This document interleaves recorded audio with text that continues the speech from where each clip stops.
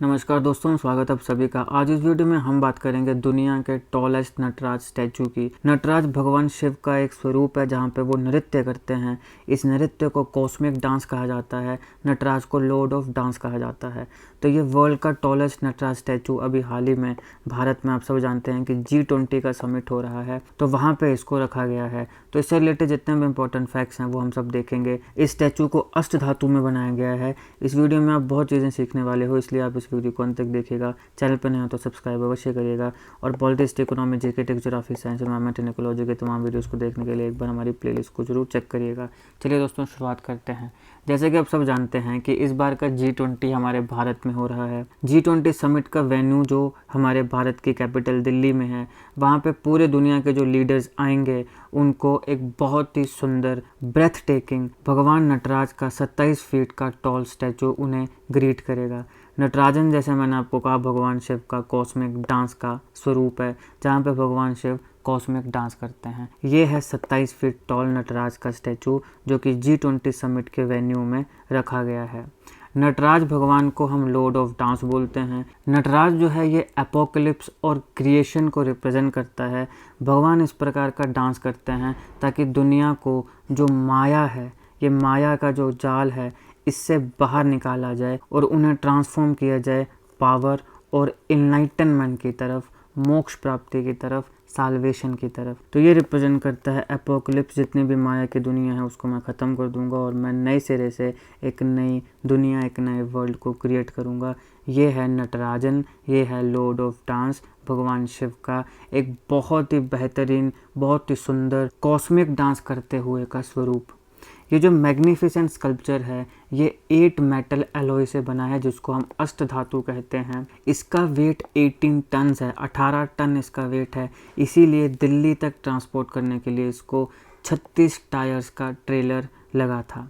इसको तमिलनाडु के थंजावुर डिस्ट्रिक्ट में एक टाउन पड़ता है स्वामी मलाई, वहाँ के काफ़ी स्किल्ड आर्टिसंस के द्वारा क्राफ्ट किया गया है, बनाया गया है।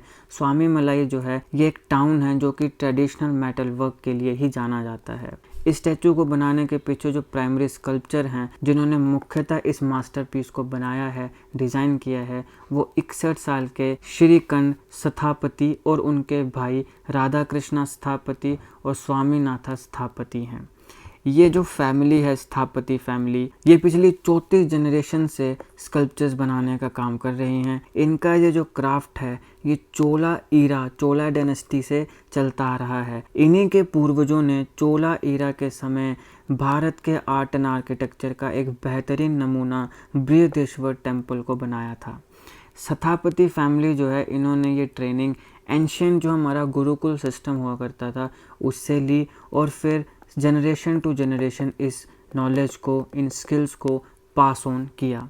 ये जो प्रोजेक्ट है इसमें ये नटराज का जो आइडल बना है, इसमें 3 नटराज आइडल से इंस्पिरेशन ली गई है। थिलाई नटराज टेम्पल जो चिदम्बरम में है, उमा महेश्वरा टेम्पल जो कि कोनेरी राजापुरम में है और यूनेस्को की world heritage site Brihadeeswara temple जो कि थंजावुर में है। इस पूरी क्राफ्टिंग प्रोसेस में इस स्टैचू के ऊपर लोस्ट वैक्स कास्टिंग मेथड जो कि एक ट्रेडिशनल मेथड है, इंडिजिनस टेक्निक है चोला ईरा की, उसे यूज़ किया जाता है।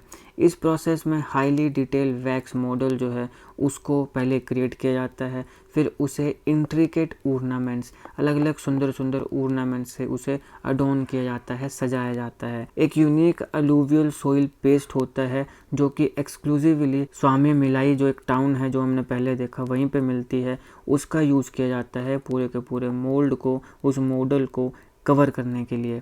यहाँ पे स्वामी मिलाई में जो रिवर है उसके कुछ स्पेसिफिक पार्ट में कावेरी क्ले का भी यूज़ किया जाता है इस पूरे के पूरी मेथड में, इस पूरी प्रोसेस में। इनिशियली जब डिसाइड किया गया स्टैचू को बनाने के लिए तो उस समय इसको पंच लोहा से बनाना था, लेकिन धीरे धीरे इसकी ट्रांजिशन हुई और इसे अष्ट धातु में बनाया गया। ये पूरा का पूरा जो कोलैबोरेटिव एफर्ट है जहाँ पे श्रीकंठ जी और उनके 2 भाइयों ने पूरी मेहनत, लगन, डेडिकेशन से ये बेस वैक्स मॉडल बनाया है। इस पूरे को बनाने के लिए 7 महीने का लंबा समय लगा है।